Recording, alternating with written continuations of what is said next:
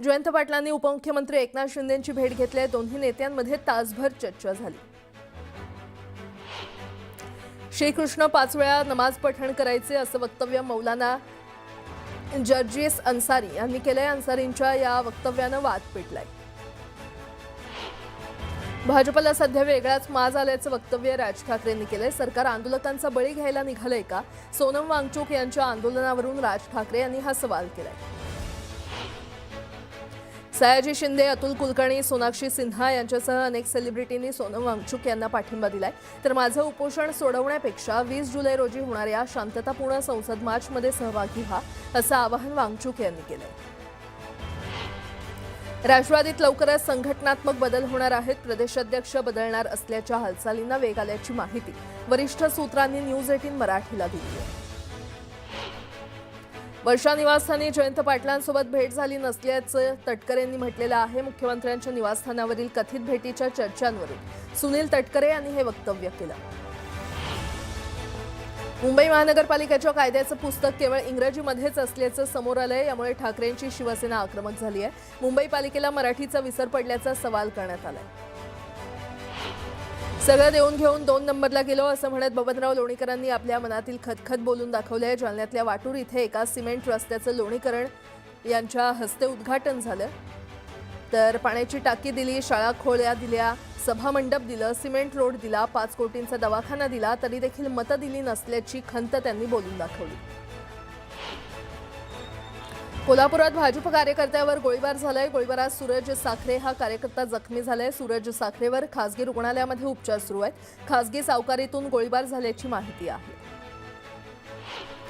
मुंबई महानगरपालिकेच्या मुख्यालयाचं चक्क फोटोशूट केल्याचा प्रकार समोर आलाय। मुंबई मनपाच्या हेरिटेज वास्तूच्या परिसरात फोटोशूट करणाऱ्या जोडप्यानं अश्लील चाळे केल्याचा प्रकार समोर आलाय। वेगवेगळे पोज देतानाचा या जोडप्याचा व्हिडिओ व्हायरल झालाय। मुंबईतल्या कूपर रुग्णालयातील सुरक्षा कक्षाची रुग्णाच्या नातेवाईकांना तोडफोड केली। रुग्णालयातील कर्मचाऱ्यासोबत झालेल्या वादानंतर या व्यक्तीनं गोंधळ घालत तोडफोड केली। या प्रकरणी जुहू पोलिसांनी संबंधित व्यक्तीविरोधात गुन्हा दाखल केलाय। गौरव वाल्मिकी असं तोडफोड करणाऱ्याचं नाव आहे। नाशिक जिल्ह्यामध्ये गणवेश घोटाळा समोर आलाय। नाशिक जिल्हा परिषदेत मोफत गणवेश योजनेमध्ये मोठा घोटाळा झाल्याचं समोर आलंय। प्रयोगशाळा अहवालात 16 शाळांचे गणवेश निकृष्ट असल्याचं समोर आलेलं आहे। 16 मुख्याध्यापकांना कारणे दाखवा नोटीस बजावण्यात आली आहे।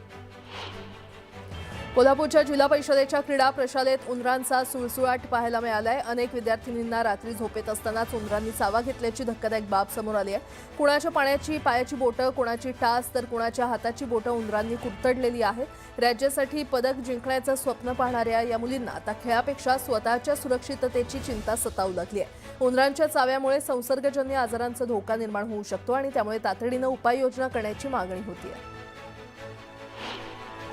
पूर्व विदर्भातील चंद्रपूर, गडचिरोली, भंडारा, गोंदिया आणि नागपूर या भात उत्पादक जिल्ह्यांमध्ये तब्बल 16 दिवसांपासून पाऊस झालेला नाही। त्यामुळे खरीप हंगामातील धान आणि सोयाबीन पिकं संकटात सापडलेली आहेत। पावसाअभावी शेतातील ओलावा कमी झाला असून धानाची रोपं पिवळी पडू लागली आहेत, तर अनेक ठिकाणी जमिनीला भेगा पडलेल्या आहेत। पुढील काही दिवसात पाऊस न झाल्यास शेतकऱ्यांवर दुबार पेरणीचं संकट ओढवण्याची शक्यता आहे।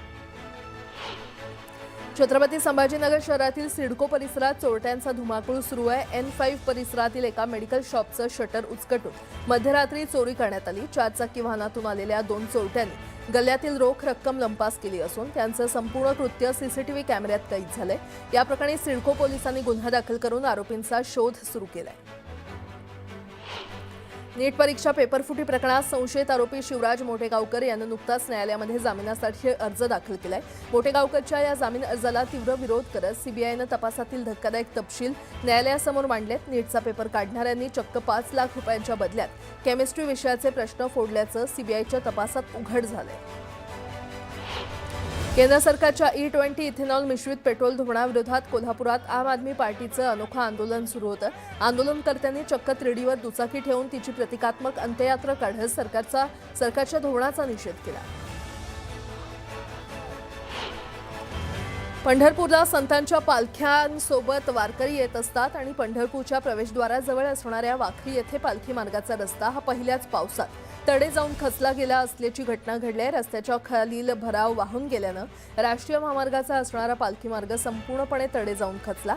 त्यामुळे पालखी मार्गाचं येणाऱ्या काळात स्ट्रक्चरल ऑडिट करण्याची मोठी गरज निर्माण झाली आहे।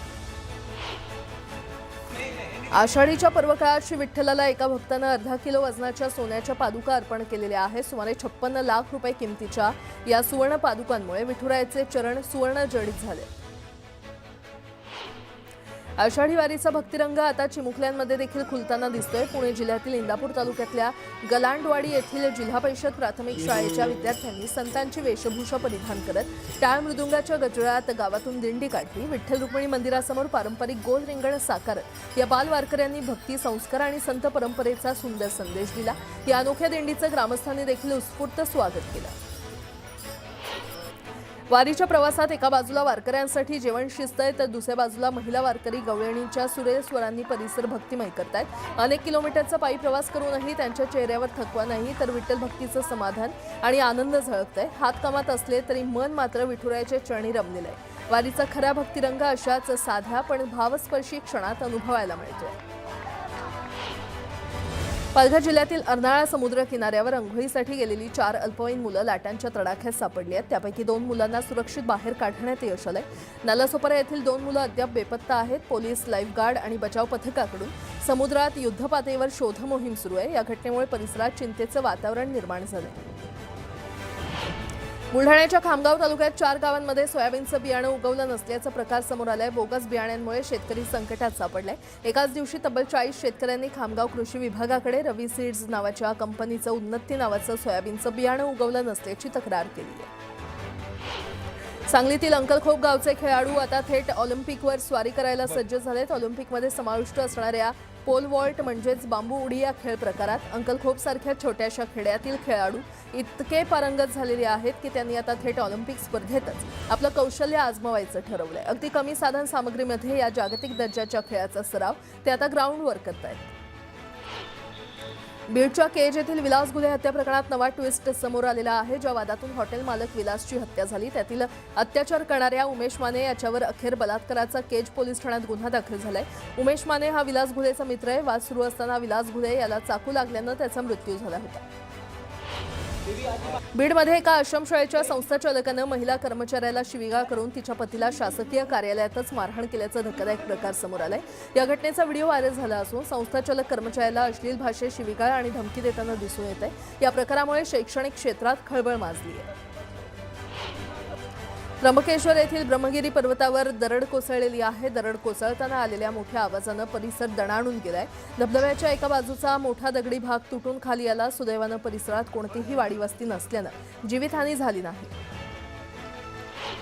छत्रपती संभाजीनगरमधील बिडकीन MIDC परिसरात झालेल्या जोरदार पावसामुळे अनेक अंतर्गत रस्ते पाण्याखाली गेलेत। त्यामुळे वाहन चालकांना मोठा त्रास सहन करावा लागतोय।